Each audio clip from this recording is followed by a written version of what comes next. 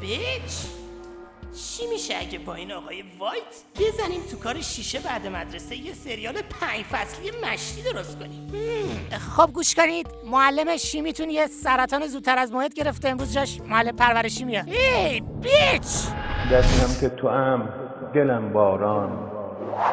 سبحان الله، عجب متعی بود. حاج آقا پینک من یه دود بگیرید ما آمین بگیم.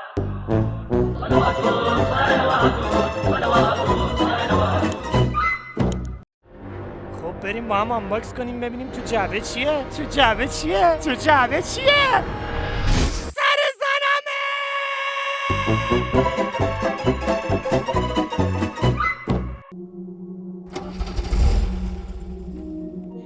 بمون.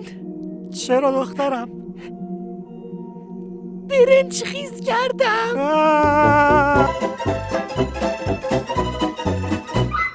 این آخرین شانسه. اگه کپسول آبی رو بخوری به زندگی عادیت ادامه میدی، اما اگه کپسول قرمز رو بخوری از ماتریکس خارج میشی.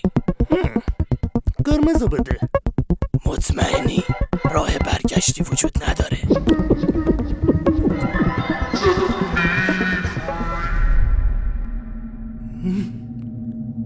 اینجا کجاست؟ تو از ماتریکس خارج شدی بچه جون. من مالک ماتریکسم. شک نکن، تا خدا هست، مشکلی نیست. چشم هم بزنی هاشمی نیست.